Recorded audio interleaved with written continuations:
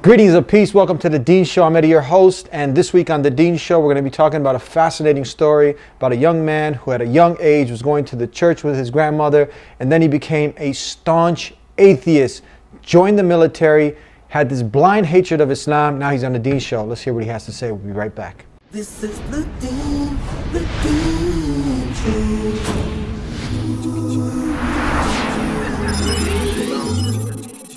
This is the Dean Show. This is the Dean Show. This is the Dean Show. This is the Dean Show. This is the Dean Show. This is the Dean Show. This is the Dean Show. This is the Dean Show. This is the Dean Show. Assalamu alaikum. Peace be with you. Ali Camarada, how are you, brother? I'm doing good, alhamdulillah.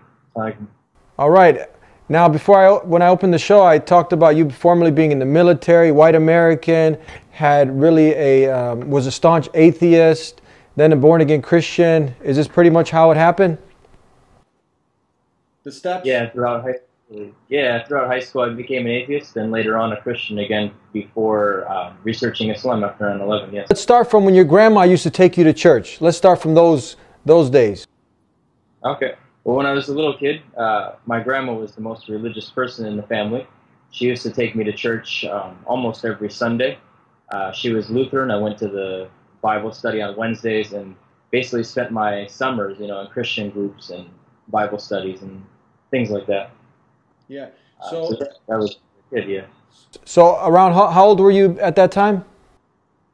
This was ever since I was little, or as far as I can remember. Until later when I got to about like middle school age or so, that's when I really didn't go to those events as much going into high school. So how do you go from grandma taking you to the church to becoming not only an atheist, really a staunch atheist, as you mentioned? I was raised, I had a lot of knowledge of it. I went through all the motions as a kid, but at the high school age, I stopped going to church as much. And then mostly it was during like biology classes. A lot of the teachers, even though religion's not supposed to be spoken about in school, a lot of times when they're talking about stuff like evolution and whatnot, the teachers, they're authority figures for kids. So, sometimes they interject their atheist belief during the high school years. And I actually had a lot of conversations with two specific teachers, and they really convinced me of their way. So when I was maybe about 14 or 15 or so, I made a decision that atheism is the truth, that it's based on science, and everybody else is just crazy nut jobs to believe anything else. And, I've basically made my mind up that in order to be religious, you have to turn your mind off. And from there on, I basically was very against religion for a few years. So you totally, at that point, left religion altogether? Yeah, I had taken maybe 1 or 2 years before becoming an atheist where I wasn't really practicing as a Christian. And then when I became an atheist, my basic outlook was that everybody who believes in religion, they must be, not able to think, or they must not know science or something along those lines. Now, what did Grandma have to say about this after you told her that you made this decision? I didn't really have any discussions with her about that. It was my grandma, but, it was mostly something that I talked with people my own age about. I wasn't pushing that on anybody at the time. It was just something that I mostly believed strongly myself. From there, you went on to join the military. Tell us about this. I joined the military early. When I was 17, right after my birthday, I did the early enrollment, which means that you get to do half the training. You got to finish high school and then go back for the other half. I signed up. They were going to pay for the college. I had no problem with the Army. I thought it would be a good experience, good for career path, good for paying for college, obviously, and other things, but also because I felt like it was a good move responsibility-wise. And after joining the military, that's when I went to basic training when I was 17. This was all before I was Muslim. Now, you joined the military. Was this before 9/11 or after 9/11? This was actually the year of 9/11, but in March that year, so it was right after I turned 17, before 9/11. So was the hostilities that we see towards Islam and Muslims, was it anywhere near where it is today back then? I grew up in a medium-sized city, and Erie, Pennsylvania has about 1 million people, but I never met a Muslim my whole life growing up. We don't have many international like races or anything, not many immigrants, because it's a smaller city. In the military, I mean, I can't remember the word Islam or Muslims coming up before 9/11, even in the military. It was basically a non-issue. Nobody knew about it. Nobody talked about it. It didn't come up as much in the media. And then even in basic training that first year when I was 17, I went that summer, which was just a few months before 9/11. Most of the time they were talking about communism and Russia and the history we had with that, and then the Vietnam War, and those are mainly the enemies they would talk about before 9/11. So Muslims never really came up. Now you talk about in your story that you ended up having, like most people, just this blind hate of Islam. What do you mean you just had a blind hate of Islam? What does that mean? I came back from the basic training because I did the early entrance program. I did half of the normal 16 weeks. I did 8 weeks. I came back. I was playing football for my high school at the time, and when I returned, it was about 2 weeks before school started, and 9/11 happened about the week after that. So I just got back from basic training, maybe about 3 weeks later. Basic training, you spend 8 weeks with the military. You wake up in the barracks, you sleep in the barracks, you polish your boots every night. You have a half hour to write letters. The rest of the day is completely, you're into the system of this military way of thinking. You have the community, like the brotherhood of the military, stuff like that. And 3 of my friends also had done the early entrance. So in the early entrance program, I had 3 friends in my same grade. 2 of them were also on the football team with me. So we all came back from basic training, and 3 weeks later, 9/11 happens. And being new in the Army, we were also thinking, like, maybe we're going to get deployed because, something happened. Maybe we're going to have to go Iraq. I don't know, they weren't discussing Iraq, mostly Afghanistan back then. But after this 9/11 happened, especially being in the military, I had this feeling like us versus them, and these people attacked us. And everything on the media, of course, is going to be one way. So I was overcome mostly by the media and by the us versus them mentality. And, it was basically like a fight type of attitude, and I had the blind hatred because I saw them as the enemy, and that's the way they were always made out to be.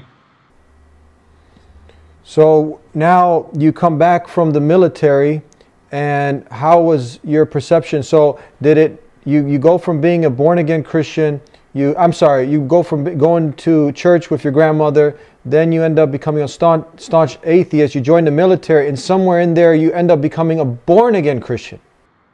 Actually, at the time that I joined the military, I was starting to question some of the atheist presumptions, the assumptions they make about this is against religion, this is with religion, and I had some questions in my mind, a few doubts. When I joined the military, actually every Sunday, you have the choice. And in basic training, you can't go to, I don't know if they changed it, but you can't go to Juma or anything. Sunday is the only religious day. And in the military, you can basically stay back with the drill sergeants and clean, or you can go to the church. So even the atheists went to church during the basic training, and they mostly fell asleep in the back. But I went every Sunday for church. Some of the things that were said were a little bit inspiring at the time. I took a Bible with me and started reading it every day. And then even when I got home before 9/11, I started reading a lot. And that's the time where I got very back involved with Christianity, maybe a month before 9/11, 2 months.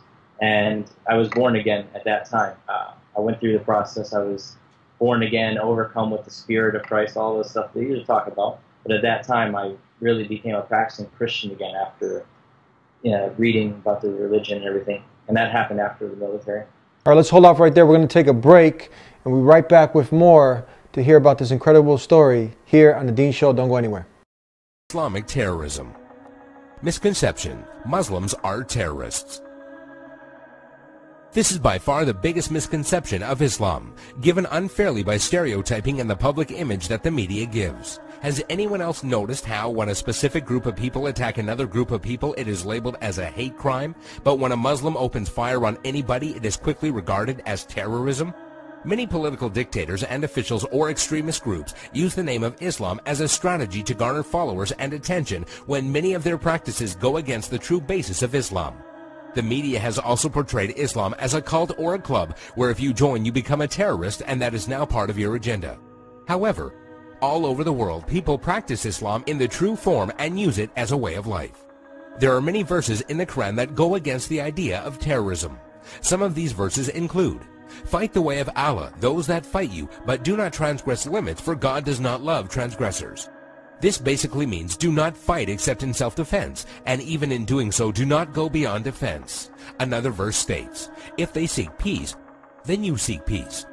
Which means, do not attack people for no reason or kill innocent people. There is nowhere in Islam, whether it be in the Quran or the teachings of Muhammad, that promotes the killing of innocent people. Please subscribe to The Dean Show. Follow us on our official Facebook and Twitter pages in the links below. Please also help support The Dean Show by making a donation in the link below. Back here on The Dean Show, and we're talking to a gentleman, Ali, who went from going to church with your grandmother to becoming a staunch atheist, joining the military, and then becoming a born-again Christian. That's where we left off. Please continue from here. So you're a born-again Christian now. What happens in your life now? Yeah, I was born-again Christian while I was in the military. And like I said, that was the first half of my training.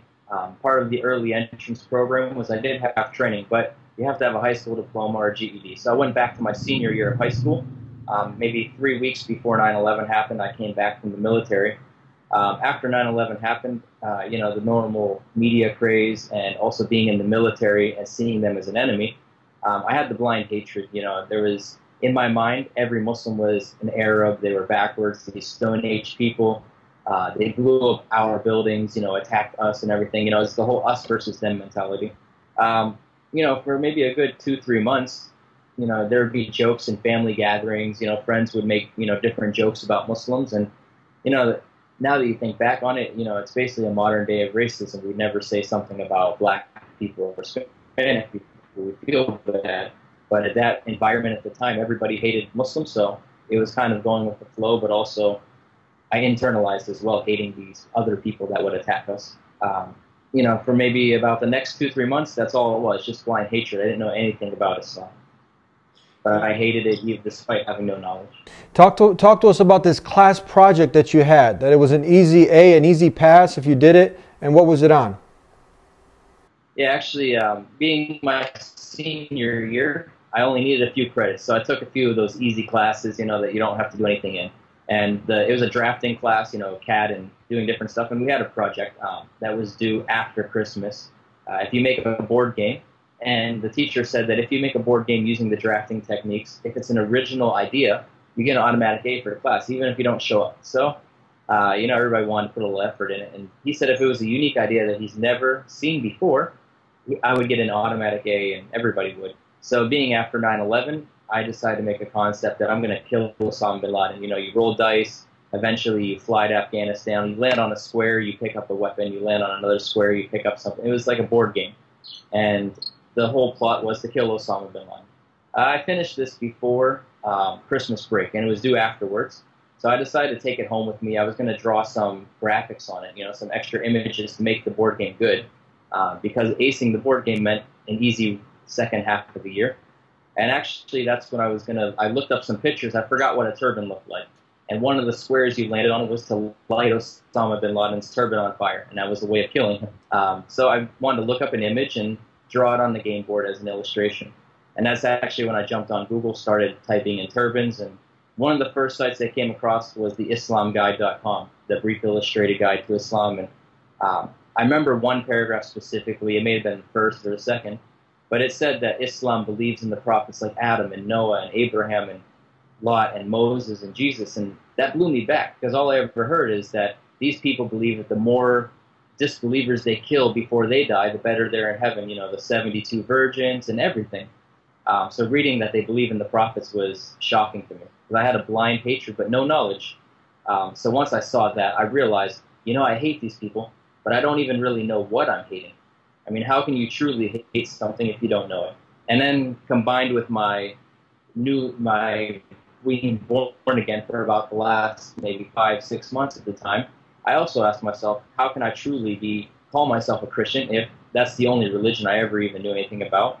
And I was confident in Christianity. I said, I'm going to know more about these Muslims because they're bad people, but I want to understand them. But also, Christianity is the truth, so no matter what I read, I'm still going to be a Christian. I'm still going to reaffirm my faith. So that's when I started reading, and that was basically the first day of Christmas vacation.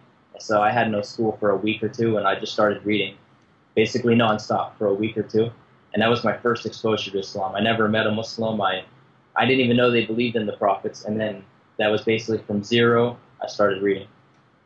Tell us about Joseph. You mentioned a retired 20-year veteran who was in the Navy. He was also a Muslim that you hooked up with. Tell us about this experience. Okay.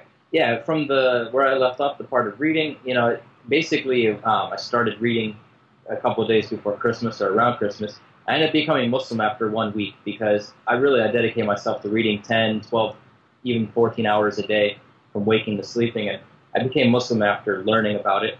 But after that, I didn't tell anybody. I told some people online. Some of the support groups that are around now, even like Facebook, stuff like that, wasn't available back then. So I kept Islam to myself. I emailed an MSA and got an email back that, hey, there's not really an MSA. It was just 2 of us, and we graduated. But I have a couple friends you can talk to, and he was one of the guys I ended up finding through AOL Instant Messenger. And he was working for CARE down in Washington, D.C. at the time, about a 7-hour drive away from me. And I remember mentioning to him I was military, he was military, and we both converted. And he said, so how's your Muslim community? I was like, what do you mean? I haven't met a Muslim yet. And actually, the brother, mashallah, may Allah reward him, instantly he was like, what? You didn't meet a Muslim? You need to meet a Muslim. So he actually drove up 7 hours to meet me. We ate some Chinese food together. He gave me a couple things. And another brother from New Jersey actually mailed me some stuff from an Islamic bookstore website.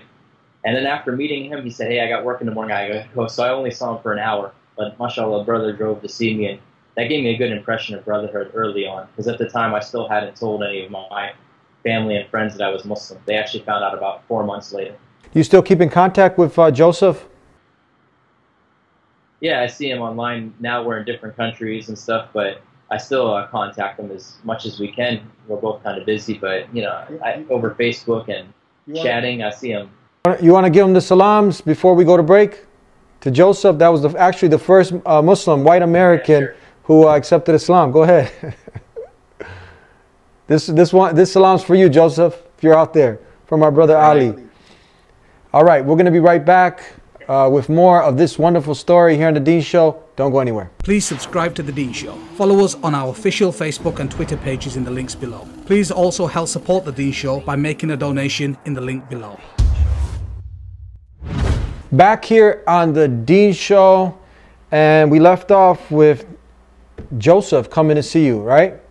And then, so before that, you already had accepted. You accepted that there's nothing worthy of worship except the creator of the heavens and the earth, the same God that Jesus worshiped, Moses, Abraham. You weren't doing anything different. You even have a beard now. I mean, this is a part of Islam, but some people tuning in, a lot of the not yet Muslims, they heard you say Osama bin Laden, and they've heard 9/11, they see you with a big beard, Muslim. I mean, that's like a formula for a disaster for some people. What do you have to say when people, they have these negative perceptions of Islam due to the negative propaganda? What do you say to them? I can bear witness myself that I was in the military. I was, I didn't convert to be a terrorist or anything like that. I had a healthy hate for, anybody that would kill innocent lives. After becoming Muslim, I've met plenty of ex-military, actually, I have yet to meet a single terrorist, actually. I've become Muslim, I'm practicing religion, I go to 10, 20, 30 different masjids since I've been Muslim, too many to count. I have yet to meet a terrorist, so, anybody that tries to say, oh yeah, you have thousands of terrorists, there's 2 billion Muslims, so what is that, it's like a decimal point, 5 zeros, and then a 1%, It's something that definitely people perceive it to be something that's common, but it's not. Even the FBI said only 6% of terrorists are actually Muslim. So as much as the news hypes it up, it's not much really. I haven't met one, and Islam's never taught me to blow anything up. So Islam's never taught you to blow anything up, but it's taught you how to live a good, righteous, wholesome life. Let's talk about that. The purity of Islam. Islam is definitely the fact. After converting to Islam, I was. Yeah. Go ahead. Yeah, after converting to Islam, I was a little bit afraid to tell my family, my friends. There was a lot of negative stigma. Despite the peaceful teachings, despite the good way of life and morals of Islam, there was still a stigma. It was, it was worse than anything else you could tell your family, hey, I became Muslim. So maybe for about 4 months, you know, I was learning the religion slowly at the time. You know, I didn't know. I remember eating some pork a couple weeks after becoming Muslim, and a Muslim online saying, hey, what'd you do? You're not allowed to do that. So, you know, I learned over time, bit by bit. But finally, when I told my family, you know, I wasn't eating pork, and they asked why, and it came out that, hey, I'm Muslim. So, you know, there was a tough 1 or 2 months. Even my parents, you know, they said, this is just a phase. When you go back to the military this coming summer, you know, you're going to come back to normal. They thought it was, you know, like a teenager going through a phase. And then after going to the military, you know, I definitely had some run-ins with people since I declared my religion as Islam on my dog tags and everything. That was the first summer after 9/11. So there was a lot of people who voluntarily joined the army just to fight Muslims. And here I was, the only Muslim in the basic training unit. And it was definitely, you know, an experience. But, you know, people ask that all the time. Even I had a drill sergeant ask me, when we get out on the battlefield, which way is your gun going to point, you know? Are you the enemy or are you one of our actual soldiers, you know? So a lot of people had this stigma. So, I mean, the perception is that being a Muslim instantly makes you the enemy. Like I talked about before, the us versus them mentality. So in the military, even though I was wearing the uniform, even though I was, you know, standing in line next to them, some people perceived as the enemy. And, you know, like I said, this was months after 9/11, so some of it was to be expected. After getting back from the military, you know, family, friends, a lot of them cut me off. They thought, like, okay, it's not a phase. Still, again, the 9/11 stigma floating around. I ended up having to leave my home city at that time and move in with there was a Muslim brother I met through Joseph, somebody else, and I moved down to Virginia. And one of the best things I did as a new Muslim, even though that was maybe 9 months after becoming Muslim, was I moved in with a roommate, a very good Pakistani brother named Salman, and I moved from Erie, which had no Muslims basically, to Virginia, which had, you know, many masjids in the DC area. And one of the best things was able to go to a masjid, meet an imam, be involved in a community. So as a new Muslim, being involved in an active community was one of the things that really allowed me to start learning my religion. And that's when I started growing the beard and learning that these certain things are obligated by Allah. And I grew my religion by being part of a community and going to classes. And that was probably one of the best things I feel. Before that, you know, I did feel alone, but alhamdulillah, Allah was always with me when I went through the military and other things. But if I have one advice to, like, new Muslims, is that definitely trying to be involved in the community makes a big difference, because those 9 months alone was very hard, but as soon as you have a community with you, you know, you feel that you're no longer alone. Yes, you always have Allah, but for a new Muslim, there's a lot to learn, there's a lot to understand, and sometimes having the support is very crucial. We're going to talk about, I got 2 more points, and because we're almost out of time, we're going to talk about faith chat in a second after this last question. So what was it about Islam that had you go against all the odds, that had you finally accept it? The main thing really, like I said, when I first read about Islam, I was trying to reaffirm my Christian faith throughout the whole thing. I was reading just to understand the enemy, basically. But part of it, I read early Christian history. I'm thinking, like, the Muslims claim that Muhammad is a prophet that came after Jesus. They believe in Jesus. So I read the early Christian history, what happened after Jesus, how the Bible came to be, you know, 3-4 centuries later. And I actually read the story of Salman al-Farsi at one point. He was a Christian scholar from Persia, and, you know, his brother priests and stuff said that, you know, the message of Jesus is lost. There's going to be a new prophet that will come and revive it. And we know, even in the Old Testament, that when the message of a prophet would fade, a new prophet would come to revive the message. You know, it wasn't something that was illogical or anything. So the early Christian history, combined with the fact that what the Muslims were speaking and teaching, just made perfect sense. I found it to be the truth, nothing else. I didn't care about, are Muslims terrorists at that point? At one point, I just felt, you know, this is the truth. And I ended up telling myself at one point that while I'm reading these articles on Islam, I'm convinced already. So when am I going to become a Muslim? You know, and for maybe one day I was thinking, like, no, I can't be Muslim, I'm white. But, you know, eventually it was just kind of a gradual process, reading and learning. I realized this is the truth, and then I accepted that. Last thing I want to talk about, we have 30 seconds left. Tell us about the New Muslim Academy, and also where people can hook up with you at faithchat.com. Yeah, actually, one of my first teachers in Virginia, Yusuf Idris, he runs the New Muslim Academy. It's one of the best online resources for after the Shahada. Before the Shahada, when you're not a Muslim yet, faithchat.com, we have a live team and some articles, and we try to spread the message of Islam to those who don't know it yet, just like I did at one point. So if anyone has any questions now, maybe that person's a blind hater, but they like what we have to say, they're really inquisitive now, they want to learn more, they can hook up with you at faithchat.com. Yes. Okay, thank you so much for being with us, brother. It was a pleasure. Peace be with you. Assalamu alaikum. Wa alaikum salam. Thank you, Ali, for being with us here on The Deen Show. What an incredible story.